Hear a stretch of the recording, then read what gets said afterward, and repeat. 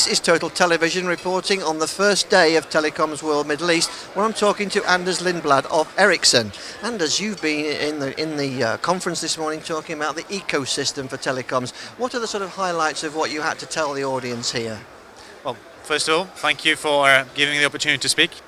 Well, I think we are in extremely exciting times, and why do we talk about the ecosystem? I think it's the fact that the network society that we are creating now is pretty much different to the one that the operators were, and us as an industry, were facing over many, many years. You know, we've created the mobile connections. About 5 billion consumers today have a mobile phone.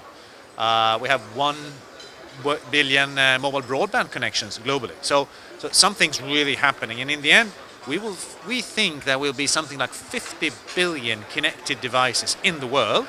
And that is kind of like the whole network society. It's going to be a challenge for us as an industry to stay with the pace of that kind of like change. You know, voice is becoming social media. You're introducing new services. Maybe you will have a mobile broadband connection in a light bulb. What do I know? You know, so things are just, you know, imagination is practically just blocking ourselves to seeing new value chains, and we need to adapt as operators and vendors in this new ecosystem, and we really need to collaborate to create the value there, I think. Yes, I mean, there's been a lot of talk about the content distribution network, about yet still getting more value out of the voice. There's just a whole range of issues to discuss, isn't there? Yes, as I was saying actually in my speak, I said we can't do much about the fact that voice is going to be free.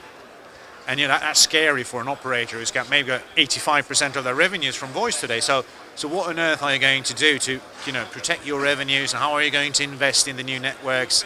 How are we going to be able to develop the new technology where all of these new things will actually flow? And I think you mentioned one thing, which is the media and the video and the content part. I think that there's other areas within the cloud that is very interesting. I mean, it's practically unlimited capabilities of storage and computing that will bring an opportunity.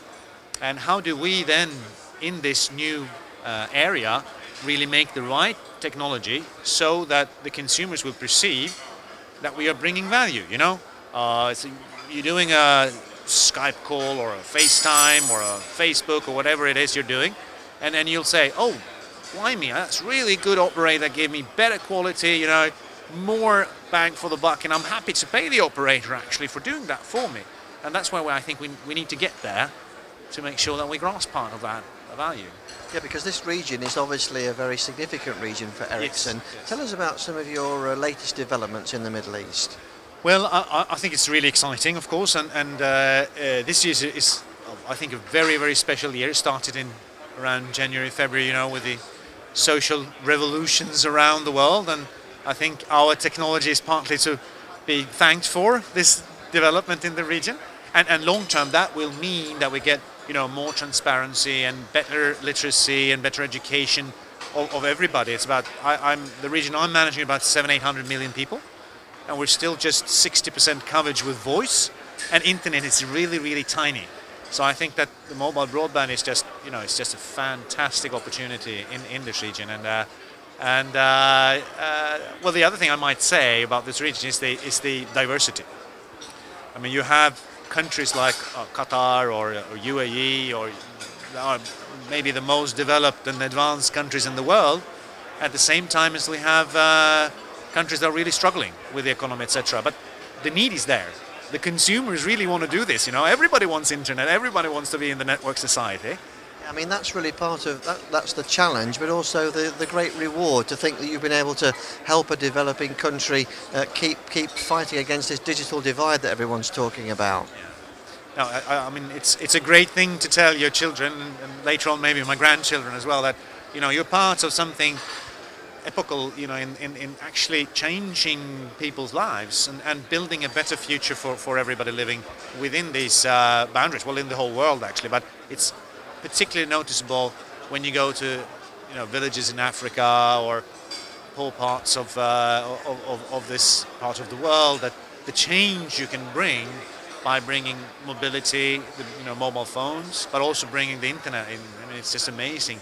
Kids, kids first interact with internet on a mobile phone today. It's amazing, isn't it? I mean, because mobile has just leapfrogged everything else in a lot of these countries, hasn't it?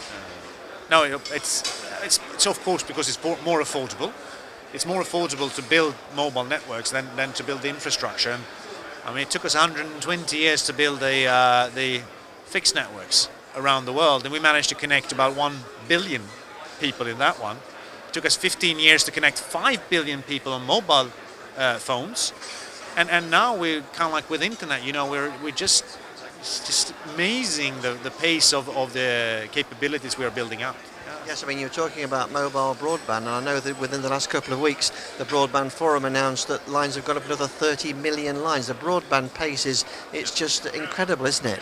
Well, we've superseded already with the mobile broadband, the fixed broadband, which is kind of amazing because we just started the mobile broadband, you know, and I think with the smartphones, with the tablets, and what Apple is doing, what Google is doing with Android, I think all of these things go together, and it's just enabling the innovation also in the cloud space, if you want, with the applications and gaming and you name it. And it's just pushing the need from the consumer side to get this. And when they want it, you know, in the end they get it. Yeah, absolutely. I mean, we're seeing here generally there's a lot of issues to be discussed, but there's a lot of buoyancy, I think. This event seems to have brought a lot of the main regional operators to it. Yes. No, I think it's a great event, and it's a lot about networking, but it's also a lot about, you know, put the elephant on the table and really start discussing about the big issues. I think we need to be less afraid and more embracing, and try to you know, really understand how we bring value to all of this game, because we can do that. Okay, well, it's been great to talk to you on Total Television. Thank you. Oh, thank you very much.